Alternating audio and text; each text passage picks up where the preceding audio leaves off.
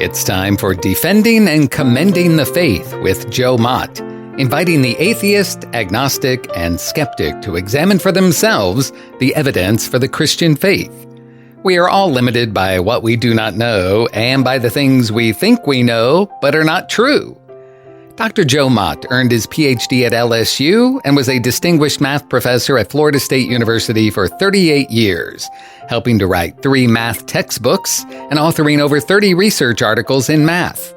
He is now the host of this radio program, Defending and Commending the Faith. Here is Joe Mott. Welcome to the program of Defending and Commending the Faith. As you know, the faith I am defending is the Christian faith. This program is concerned with apologetics, the discipline that deals with a rational defense of the Christian faith. Underlying Christianity is theism, the worldview that believes in the existence of a single, infinite, personal God who created the universe and miraculously intervenes in it from time to time. God is transcendent over the universe and immanent in it. The 3 great theistic religions are Judaism, Islam, and Christianity. All believers in Christ are charged to be able to give reasons for their faith. The following charge comes to us from one of history's greatest examples of someone who recovered from the failure of having denied any connection to Jesus before the crucifixion, and then being forgiven and restored by Jesus after the resurrection. I am referring to the Apostle Peter. He later wrote this passage, quotes, "But in your hearts revere Christ as Lord. Always be prepared to give an answer or defense to everyone who asks you to give a reason for the hope you have. But do this with gentleness and respect, keeping a clear conscience, so that those who speak maliciously against your good behavior in Christ may be ashamed for their slander." That's found in 1 Peter 3, verses 15 and 16. Peter wrote to strengthen Christians who were suffering for their faith. Note, this is not a suggestion, but a command. Being prepared is not just a matter of having the right information available. It is also having an attitude of readiness and eagerness to share the truth of what we believe. We may never run across someone who asks us tough questions about our faith, but we should be ready and willing to give an answer in case someone does. In today's episode, I want to continue discussing the question, is belief in God reasonable? Of course, if God does not exist, then it is certain that belief in God is not reasonable. So the first task is to give reasons concerning the evidence for God's existence. In the last episode, I referred to the evidence of the beginning of the universe. In episodes 51 and 53, I gave the following argument due originally to Kalam. Premise 1. Everything that begins to exist has a cause. Premise 2. The universe began to exist. Conclusion. Therefore, the universe has a cause for its existence. Rather than giving the details for the truth of the premises, allow me to give some additional discursive comments. If you need to see the details, consult those episodes 51 through 53. Almost immediately, we can conclude that the first cause of the universe is uncaused, and is, of course, outside of the universe, for the cause cannot be the source of its own existence. Since time, space, matter, and energy came into existence with the universe, then the first cause of the universe must be timeless, spaceless, and immaterial. In other words, the first cause is eternal, omnipresent, and is spirit. Normally, throughout history, when an argument reveals some of the attributes of the God of the Bible, the arguer jumps from those few attributes to conclude that the being who possesses those attributes must be God. In episodes 54 and 55, I extended Kalam's argument about the beginning of the universe to conclude that the first cause of the universe is identical to the God of the Bible. At that time, I thought I was the first to realize that conclusion. But I discovered later that Norman Geisler gave a different proof with the same conclusion.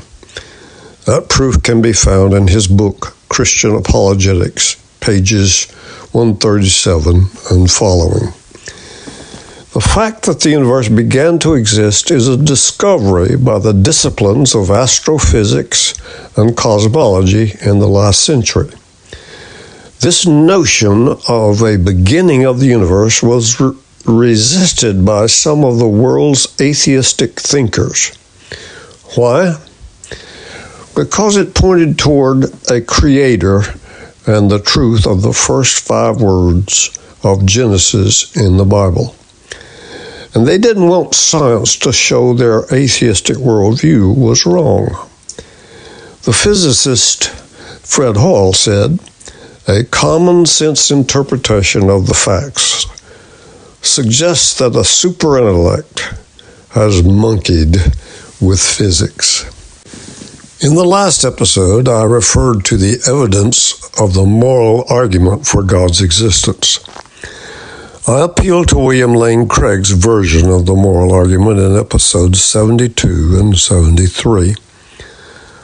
Immanuel Kant was the first major philosopher who used the moral argument.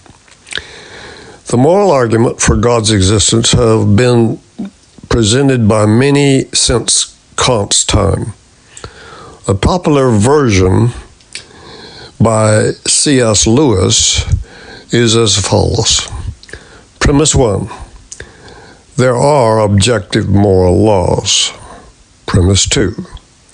Moral laws come from a moral lawgiver. Conclusion. Therefore, a moral lawgiver exists, and God is that moral lawgiver. In his book, The Brothers Karamazov, the Christian philosopher Dostoevsky said, quotes, "If there is no immortality of the soul, there can be no virtue, and therefore everything is permitted." Basically, Dostoevsky is saying, once God is rejected, anything goes, and there is no moral restraint. The moral argument starts with the simple fact of ethical experience. The pressure to do one's duty can be felt very strongly. Who or what is causing this pressure? It is not enough to say that we are conditioned by society to feel these pressures. Some of the greatest moralists in history have acquired their fame precisely because they spoke out against the moral failings of their tribe, class, race, or nation. The names of Abraham Lincoln and William Wilberforce come to mind in their opposition to chattel slavery. If society's subjectivism is the explanation of moral motivation, then we have no right to criticize slavery or genocide or anything. Evolutionists attack the moral argument by insisting that all morality is nothing more than a long evolutionary development from animal instincts. People, they claim, work out their ethical systems by living together in social communities. But this objection is a two-edged sword. If it kills the inner moral law, then it also kills reason and the scientific method. The evolutionist believes that the human intellect developed from the physical brain of the primates. Yet, he assumes that the human intellect and reason are trustworthy.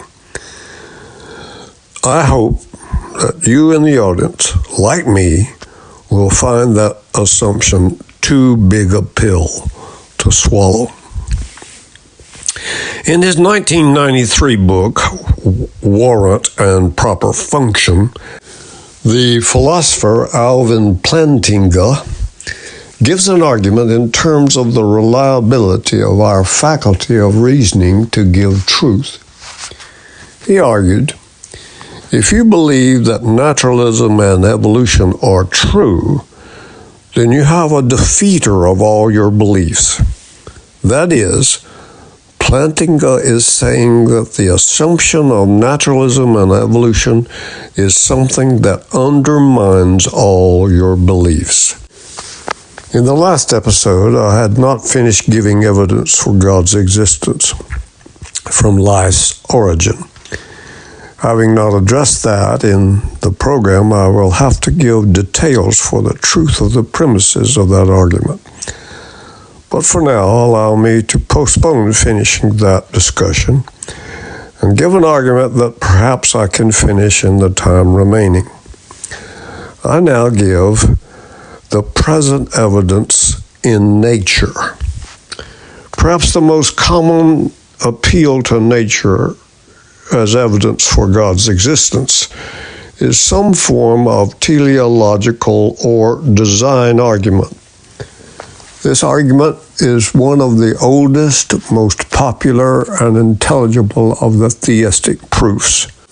Although the argument dates back to the time before Plato, the English apologist William Paley, who lived between 1743 and 1805, offered what has become the classic formulation of the design argument. Paley insisted that if one found a watch in an empty field, he would naturally and correctly conclude that it was not the result of natural forces alone, but instead had a watchmaker. Similarly, if one studies the more complex design found in the natural world, he cannot but conclude that there is a world designer behind it. Paley's argument suggests that there is a definite analogy between the order and regularity of the natural world and a product of human ingenuity. For a watch indicates that it was put together for an intelligent purpose, that is, to keep time, by virtue of its intricate series of parts from spring to cogs to glass cover. The spring gives it motion, the cogs transmit the motion to the hands, and the glass cover enables one to see the hands and determine the time. In like manner, the natural world has far greater and more subtle adaptations of means to an end. The human eye alone would suffice to show intelligent design in nature. It follows then that if a watch needs a watchmaker, then the natural world needs an even greater designer who we call God.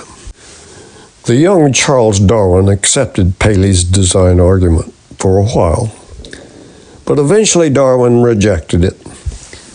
He said he was driven to the conclusion, quotes, the old argument of design in nature as given by Paley, which formerly seemed to me so conclusive, fails, now that the law of natural selection had been discovered. I am inclined to look at everything as resulting from designed laws, with the details, whether good or bad, left to the working out of what we may call chance. End quotes. So natural selection becomes Darwin's God. Voltaire, the outspoken critic of Christianity during the Enlightenment, seemed to accept Paley's argument. He said, quote, "If a watch proves the existence of a watchmaker, but the universe does not prove the existence of a great architect, then I consent to be called a fool."